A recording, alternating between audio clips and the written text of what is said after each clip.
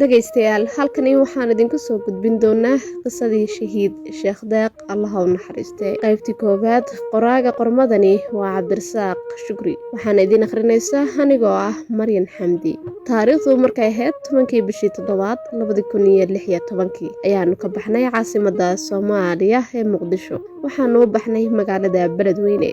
waxaanu ahayn 7 naftii hore. Allah u naxariistay halgama shahiid Sheekh Deeq, halgama Xayi Dheere, halgama Dhabuuka Cismaan Ceelaabe. Saddexdaasi way israaceen oo waxay raaceen hal gaari. Sidoo kale halgama Gadcase, halgama Beergeel, Allah u naxariistay Yuusuf Masaari iyo aniga waxaanu fuulnay isku gaari. Isku mar ayaanu magaalada ka baxnay anaga oo dhan. Laakiin gaariga aan anigu saarnaa ayaa ka horeeyay gaariga ay Sheekh iyo saarnaayeen. Waxaanu sii soconnaba maalin iyo habeen. Waxaanu magaalada Beledweyne galnay casar gaaban. Boosteejada waxaa nagu sugayay naftii hore gamcagood oo noo sii diyaariyay gurigaan seexan lahayn. Allah u naxariistay Sheekh Deeq iyo labadii naftii hore la socotay waxaa la geeyay xaafad. Halka anagana lana geeyay hotel ku yaala magaalada Cidhifkeeda. Markaan seexanay habeenkii nasiib wanaag waxaanu digniin ka helnay gabadh ka mid ah gabdhihii jabhadda ee ku sugnaa goobtaas oo noo sheegtay in 3 beriba meeshan ay ciidamada Itoobiyaanku baaritaan ku sameeyaan. Meeshii ayay naga kaxaysay oo waxayna geysay guri ay iyadu deganeed. Waxaanu joognay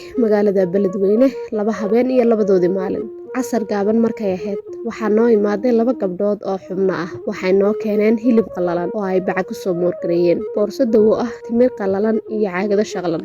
Gabdhihii markay ay sidaas u baxeen ayaa la soo wacay halgama Gadcase. Waxaana lagu yiri diyaar garooba gaari nooha ah oo uu saaran yahay naftii hore gamcagood ayaa noo imaaday. Waanu fuulay kadib waxaanu u baxnay wadada laamiga ah ee isku xidha Beledweyne iyo Mataabaan. Markaanu magaaladii 2 saac ka sii soconay ayaa gaarigii meel duur ah lagu leexiyay. Ayaa la yiri dega oo duurkan gala. Gaadhiyadana iska ilaaliya oo isqariya. Naftii hore gamcagood iyo Beergeel ayaa gaadhigii noohada ahaa la tegay. Intay naga maqnaayeen ayuu noo imaaday. Allah u naxariistay shahiid Sheekh Deeq iyo naftii horeyaashii la socday. La soco qaybta labaad haddii